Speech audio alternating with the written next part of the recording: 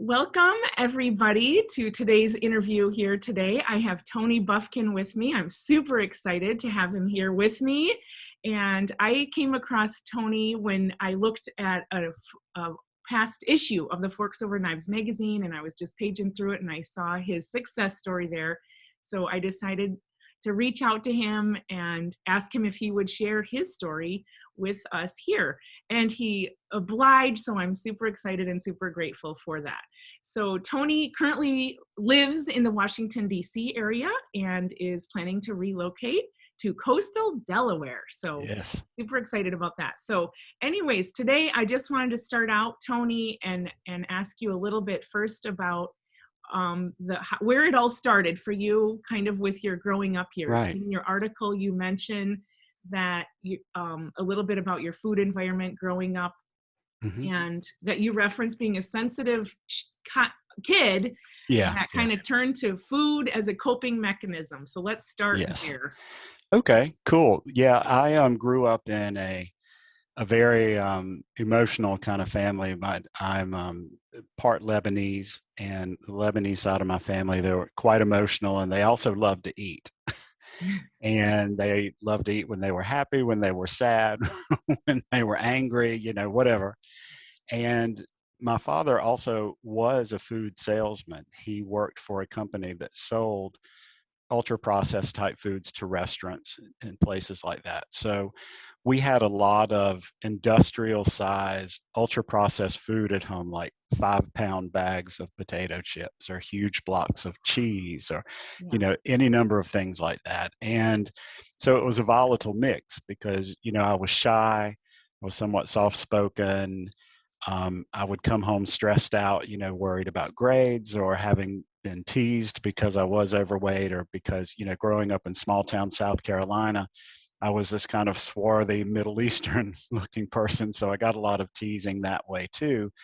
And I would just kind of retreat in front of the TV and just eat, So I think by the time I was probably 7 or 8, I was pretty severely overweight, and I also had pretty much given myself disposed myself to a food addiction, to an addiction to processed foods.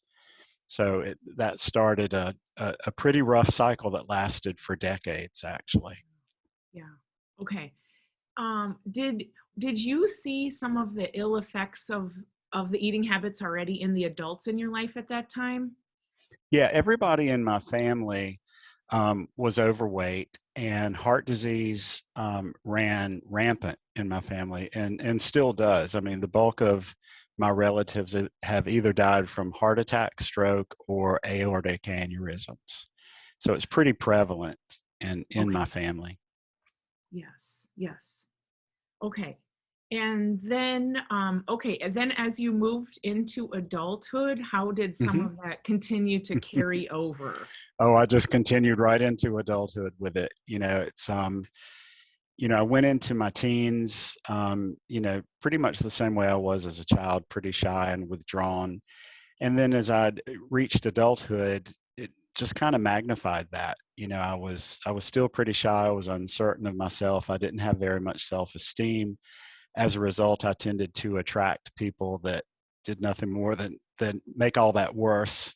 And it just kept snowballing as I was going into my early and middle adult years. And that's, I guess by the time I was 20, I had reached a point where I really wanted to try to change something. And that's when I started my decade or so of like medically supervised diets, where I would go on these ultra restrictive shake based or, 3 little packaged meals a day type diets, where I'd go to the doctor's office every week. And that just never worked out well because I had these brief aha moments where I was restricting my calories and I was eating as planned. And sometimes I even ate less than they wanted me to because I was so zealous and I wanted to lose weight. And I would lose huge amounts of weight, but then it wouldn't stay off. And then I'd gain more than I lost. Like I could lose 100 pounds, but then I'd gain 120 or 130 and then felt even worse than Yeah. before. So it was a pretty damaging cycle. I mean, I would say that as I got into my adult years, I had formed a pretty negative map of my life based on what I had gone through with childhood, and then I just kind of perpetuated that and built on it. Yeah. Wow. Yeah, Yes, definitely frustrating. very. Sure. Wow. Okay, then after that time period, we get to the summer of 2017.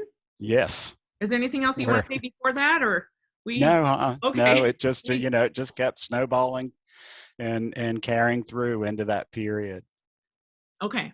And then what happened by the summer of 2017? Well, So 5 years ago, right? yeah, Yeah. yeah. This is now 5 years ago. By 2017, I had pretty much given up on trying to lose weight. I had assumed that maybe I was just destined to be overweight, and I was trying to find a way to reconcile that. And I had started working on ways to find some kind of self-esteem based on where I was at the time. And some of that was starting to work. I was learning things like meditation, mindfulness, things like that. And I had started to look and had seen information online about plant-based diets, and it really resonated with me, which I thought was interesting. So I went on vacation with my best friend, as I usually do every year towards the end of the summer, and was just, eating out of control like I usually did. But I had noticed right before vacation, I started having a lot of abdominal type pains. And by the last 3 days of vacation, I was basically in the fetal position on the sofa. They were so bad, I thought I was going to die. So when I got back to DC, I went and saw my doctor and had a lot of work done. And as it turned out, I had diverticulitis.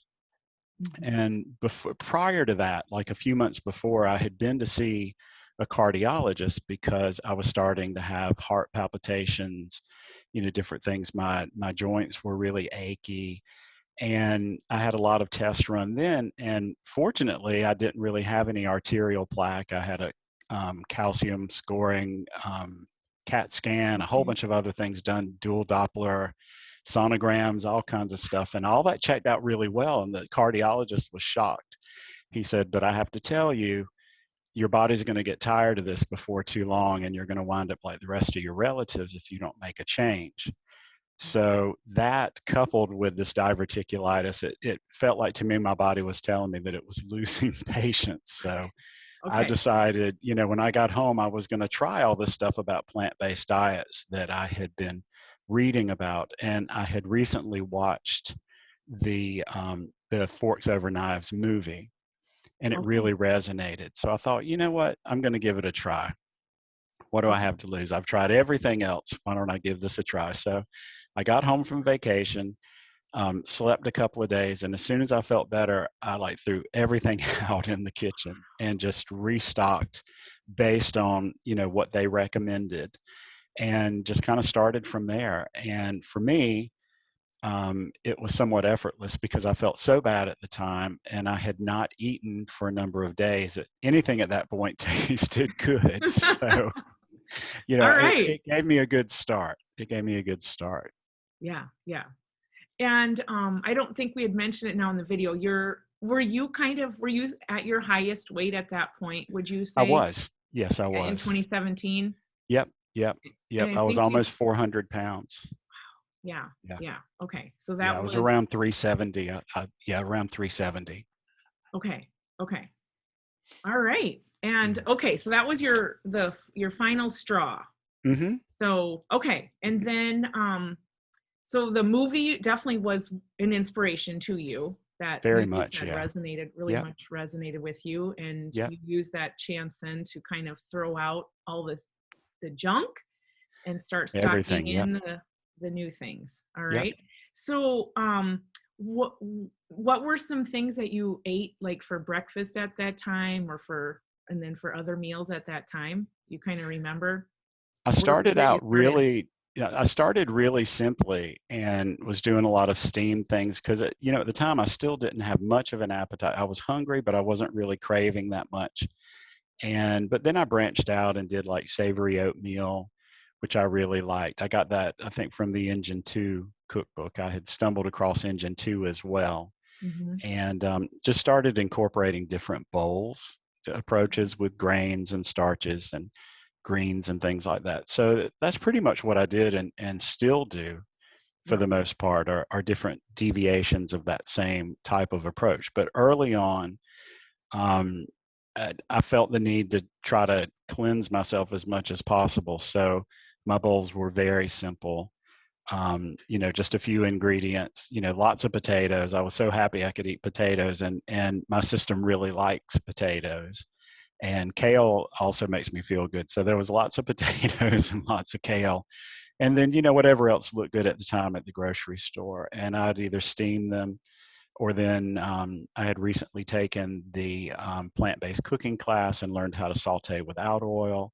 So that allowed me to infuse some more flavor. And then I just built on that with vinegars and different condiments and things. Yes. Okay. All right. Yeah.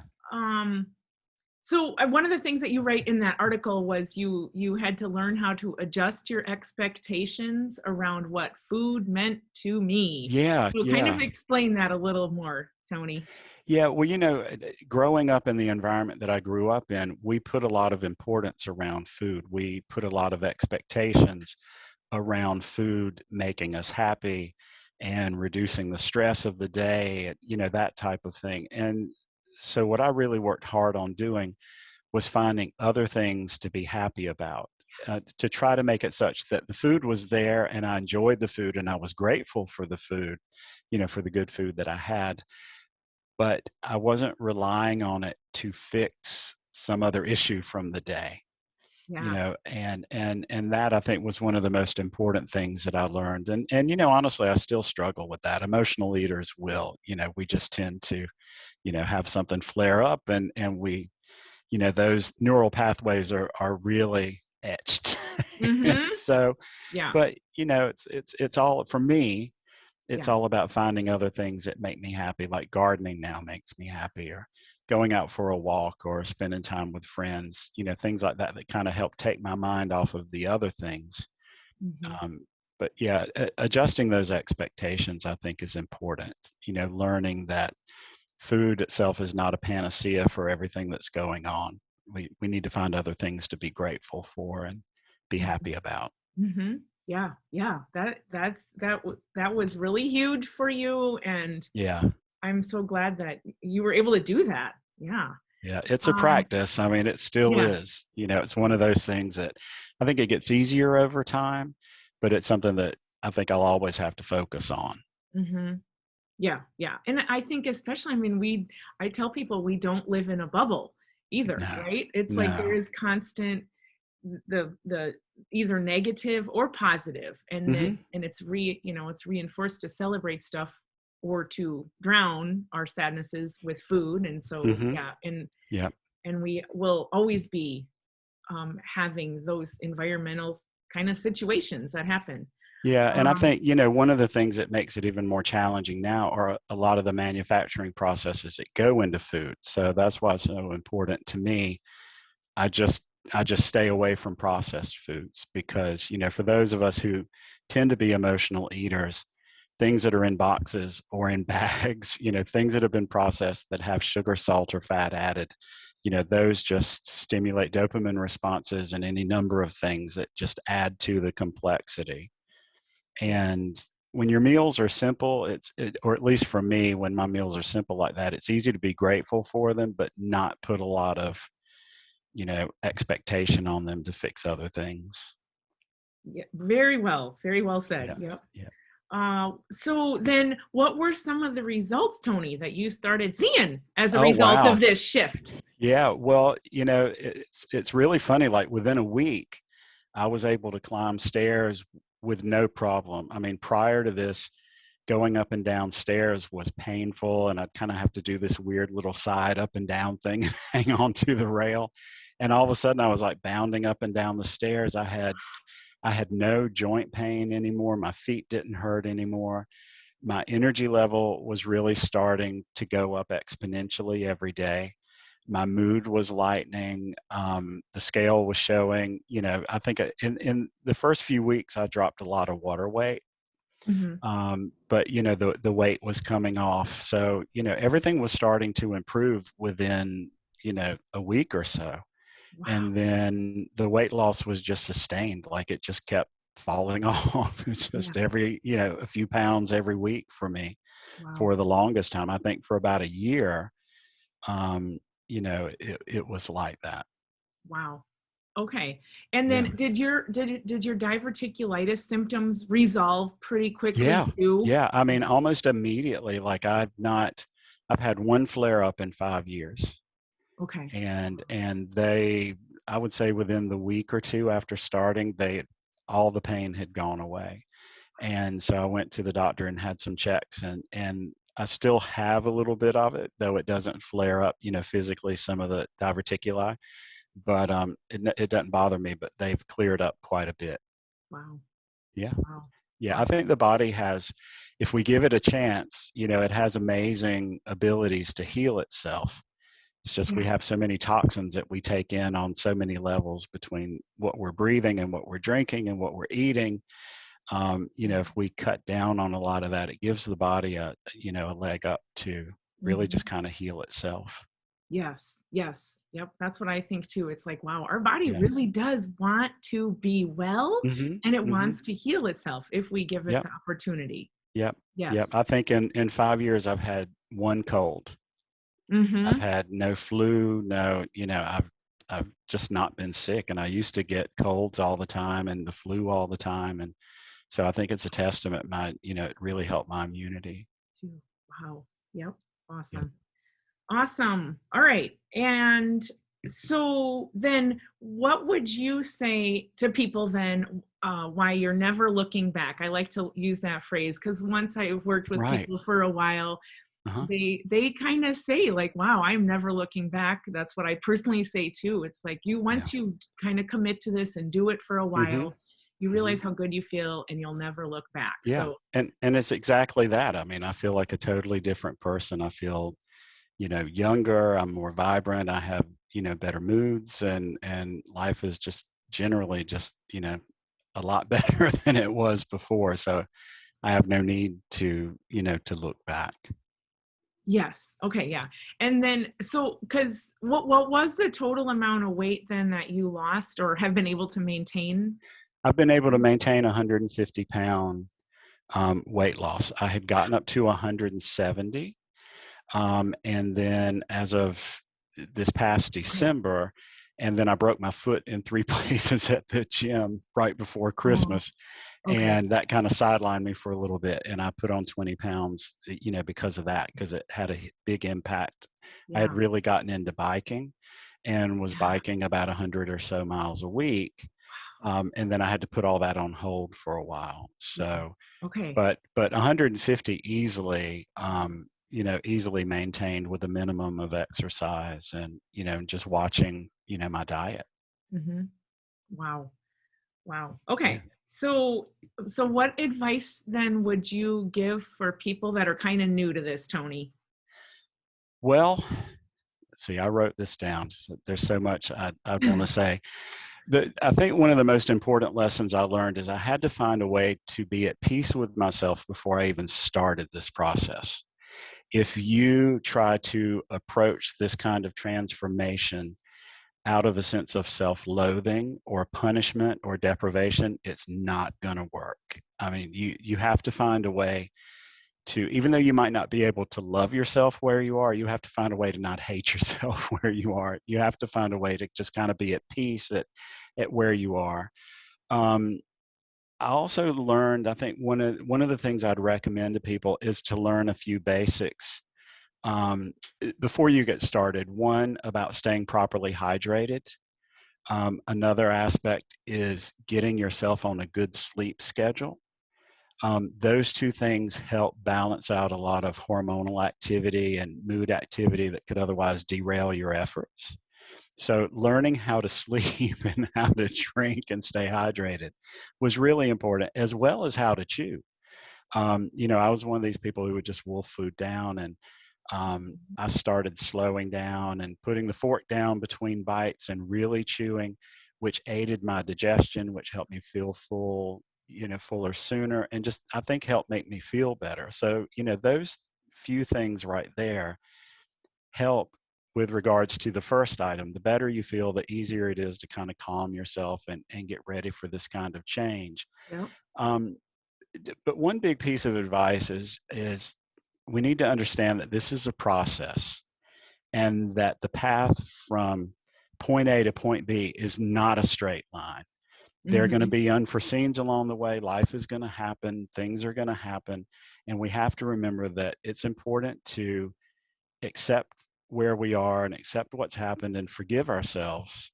Two of the most valuable lessons I learned was curiosity about what was going on with myself and what was driving a lot of these needs for food, as well as some self-compassion for Mm-hmm. where I was. I had grown up with a sense of self-loathing after, being a heavy child and being teased and, having other issues in my family. And you have to learn how to forgive yourself too. Um, the other thing that I think is really important is to take away the good versus bad labels in all of this. So in other words, we tend to look at like, oh, I ate a donut, that's really bad. Or, something happened, that's bad. Or, I did this, that's really good. I myself choose to remove good or bad from my vocabulary and replace it with productive versus counterproductive. For me, that helps. And, things that border on judgment with me just trigger a lot of stuff. So Okay. I Yeah. think it's important to take the judgment out of a lot of these things. Yeah. And sometimes you just kind of have to look at it in a basic way. This happened or that happened. And so, okay, so we need to move on. So, it's just, I think a lot of patience is needed and a lot of self-compassion. And Yeah. Yeah. I've learned over the years that most of my damage was done out of mindlessness, out of the rote repetitive eating that I wasn't even really thinking about. And Mm-hmm. when we kind of learn how to calm our minds a little bit and really be focused in the present and shed a little bit of mindfulness into what we're doing, that helps a lot. Mm-hmm. Yeah. Yeah.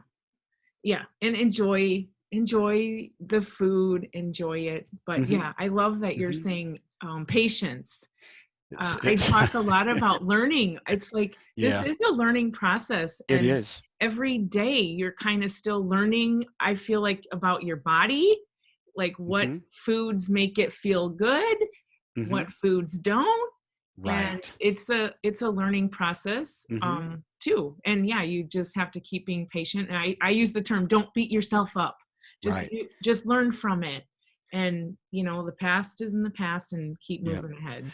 Well, So I think one of the things to remember, and for anybody watching this, especially, I mean, I'm 56 at this point, and it wasn't really until I was in my 50s that I started taking on this kind of change. So when you think about it, for any of us past our 30s or so, really, the habits and the labels and the values that we put on things have been forged and etched over decades, mhm. and they've been in place since we were children for most of us. And you can't just rewire all of that in a month or so or a year or Right? so. I mean, it's a Yeah. constant focus, and it does get easier over time. I mean, looking back now as opposed to even 5 years ago, some of the things that I used to think about then, or some of the focuses I had, are just it's just very repetitive now. So it does get easier over time. It just necessitates a certain focus. Yep. Yep. Do you have any favorite gadgets, Tony? Kitchen Oh yeah. gadgets that you like to use? Oh yes. What are some of your faves? I love my Instapots. I have several of those, and I'm big into batch cooking. Okay. I still do batch cooking, as you'll see back here. I've still got bowls that I'm Oh, from meals. I cook all my meals for the week. I have them here at my okay. office mainly, grab and go. Yeah. And so to facilitate that, I need things like Instapots too, because I'll cook like a big thing of greens in one. I'll have some grains going in another one.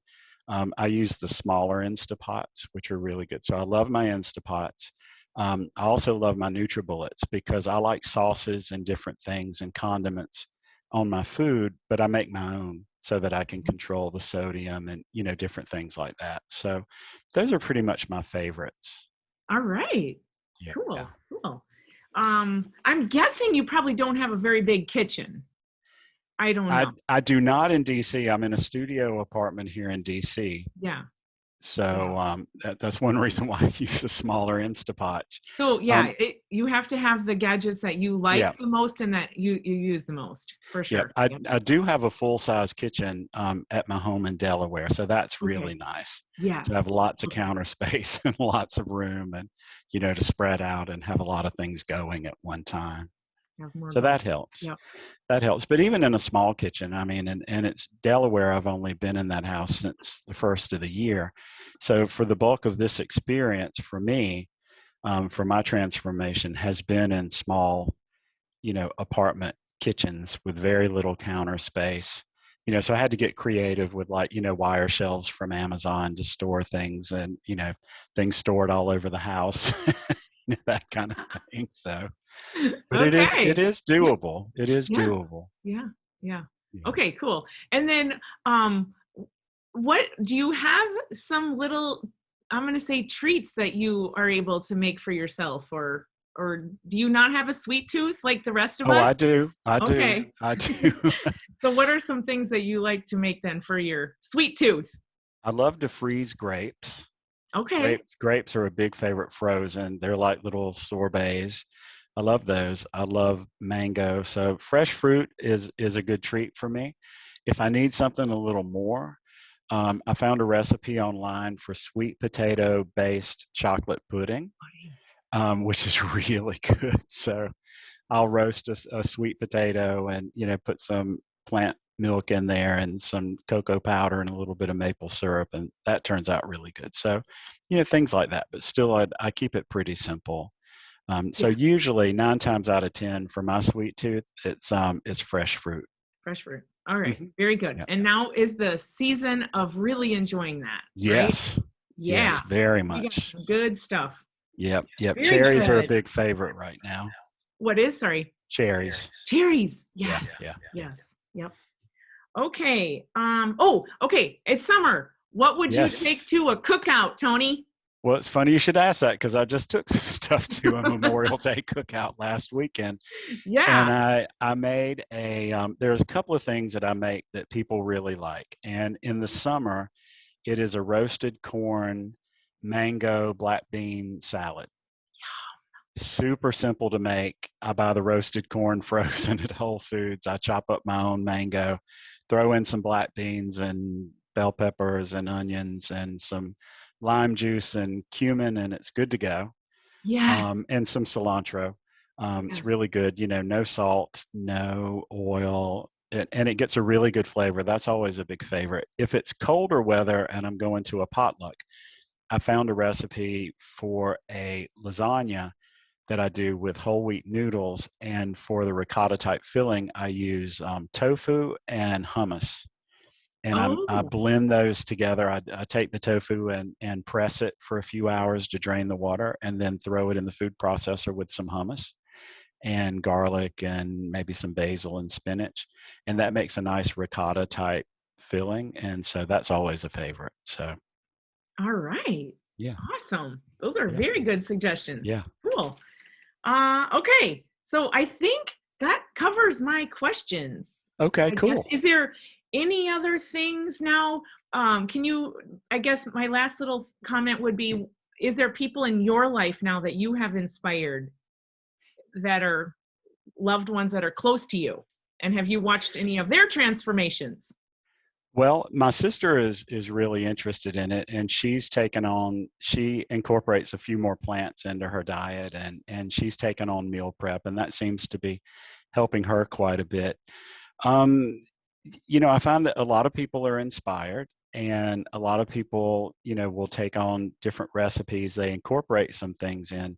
Nobody has really gone deep with it. Okay. But people, I think, are always interested, especially now that plant-based diets are so prevalent in the news, and so many studies are out. So what I find is people are very interested in what I do and what I'm cooking and how I'm cooking it. And then they take that and incorporate it their way into whatever they're doing. Like one member of my family has meatless Mondays now, and Okay. we have a really good time. I go over there sometimes and we cook together, or we trade off recipes, or we convert recipes together, and that's really nice. Yep. Yep. So, my partner is always happy to test out things in the kitchen and let me know, Okay. if he Yeah. thinks those are good or bad. And so that's always a good barometer when I'm trying to do something. There So, you go. yeah. Yeah. Okay. And then, would you have any favorite cookbooks or resources or websites that you like? Um, Sure. the Engine 2 and Forks Over Knives, of course, were big favorites. I follow Chef AJ, Yep. and the McDougall Kitchen, T. Colin Campbell. So, some of the more widely known plant-based Hmm. um, authorities, I'll refer to them. And there's what's her name? Humusapien, Okay. Yep. HumusSapien. Yep. She's got a really great site where she uses hummus in a variety of very creative ways. Okay. And then there's powerhungry.com. She does some really great things with bean-based tofu recipes that are really easy to make your own tofu with virtually no fat and a Wow. lot of protein, Okay. different things like that. So I'm constantly looking, like I get Yeah. bombarded with stuff now. But I would say Forks Over Knives and some of the more, standard things are my usual Yeah. go-tos. Okay. Okay. Yeah. Yep. And I like to say, I mean, to me, it's like eating this way oftentimes doesn't require a recipe. Like No. you kind of do. It's like you just kind of do Yeah. it, you put it together. And then I always tell people too, there are no rules. Just Right. put things together from your Yeah. refrigerator. I mean, if Yeah. you have a little sauce, great. If you don't, Mm-hmm. lemon juice, balsamic vinegar, Mm-hmm. whatever.